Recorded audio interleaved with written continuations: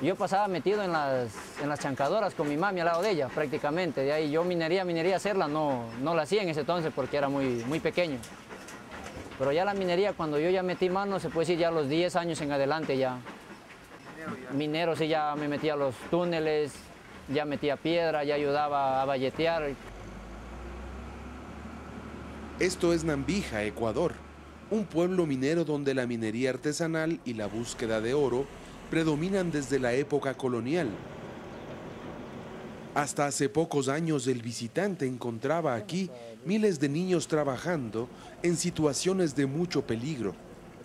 La situación era grave porque solo era la búsqueda del metal preciado, que es el oro. Entonces utilizaban ahí a los niños con sus baldes, siguiendo en los pozos, y trabajaban noche y día. Para ellos no había día, no había noche. Es un asentamiento que parece un gigantesco sedazo. Cientos de túneles se abren paso entre la ciudad, en donde se respira un ambiente tóxico, sin agua potable o alcantarillado. El agua que sale de las minas contaminadas de mercurio, cianuro y metales pesados es la misma que se utiliza para cocinar y dar de beber a los animales que luego servirán de alimento. Esta era la forma de vida para unos 10.000 niños que a lo largo de 2 décadas crecieron aquí.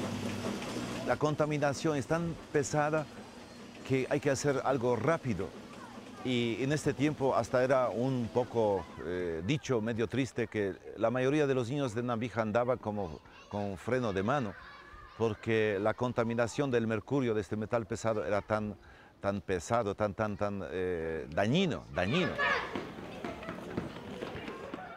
Hasta que apareció el padre Stanislaw Grobel, un sacerdote de origen polaco, sobreviviente de la Segunda Guerra Mundial, quien llegó el año de 1985 a este submundo de miseria y decidió ponerse manos a la obra.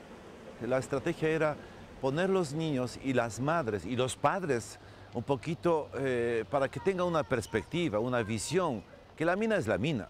Y los niños deben educarse y deben crecer en otra visión, lo que es educación, lo que es prepararse para regresar a la mina, pero mejorándola. Era horrible porque lo único que hacíamos es trabajar y ¿qué pasó con nuestros conocimientos? No tenemos conocimientos, entonces por eso preferimos estar en el colegio, porque si no, ¿qué fuera sin estudiar nosotros? ¿Qué sería de nosotros en el futuro? La idea era que las minas sean exclusivamente lugar de trabajo y cerca de allí crear un nuevo asentamiento con escuelas, colegios y hasta microempresas para las madres. Animales, plantas y qué más. Muy bien, a ver, Stephanie, ¿qué más? Poco a poco esta escuelita se fue llenando con los niños mineros. Con el paso de los años, el mismo padre Grobel inauguró el colegio minero. Sabemos que para mercurio también hay solución. Aquí se pueden escuchar historias sorprendentes de niños mineros que hoy son profesores del colegio. ¿Van a seguir estudiando? Seguro. ¿O quieren estar en la minería? Manuel es uno de ellos, quien no se cansa de explicar a sus alumnos sobre la importancia de este proyecto. Y lo sentí lo que es sufrimiento en el lodo, el peligro que se llevaba en la minería, especialmente accidentes al diario, chancada de los dedos. Es por ello que es un trabajo, daba buenos ingresos económicos, pero a la vez también mucho riesgo. Hoy la escuela permanece llena de pequeños estudiantes y el colegio cada vez más recibe a los jóvenes alumnos. Los que salieron egresados de nuestro colegio están graduados de ingenieros en minas, otros en ingenieros en geología, están trabajando ahorita, por ejemplo, tengo en España. El trabajo infantil parece cosa del pasado. Según el Instituto Nacional del Niño y la Familia, se lo ha erradicado en un 96%. Sí quisiera que sean mineros, pero mineros capacitados, estudiados, para que no vengan a hacer lo que yo hago, sino simplemente a dirigir y explicar las cosas mejores.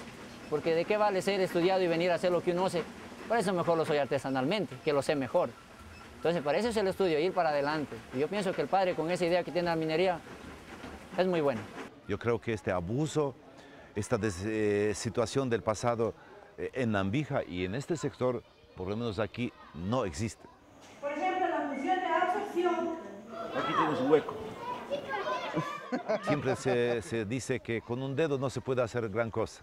Tal vez esto. Con 5 se puede hacer ya cualquier otra cosa, con 10 más, y con un pueblo, con un equipo, con los padres de familia, se hace cosas significativas.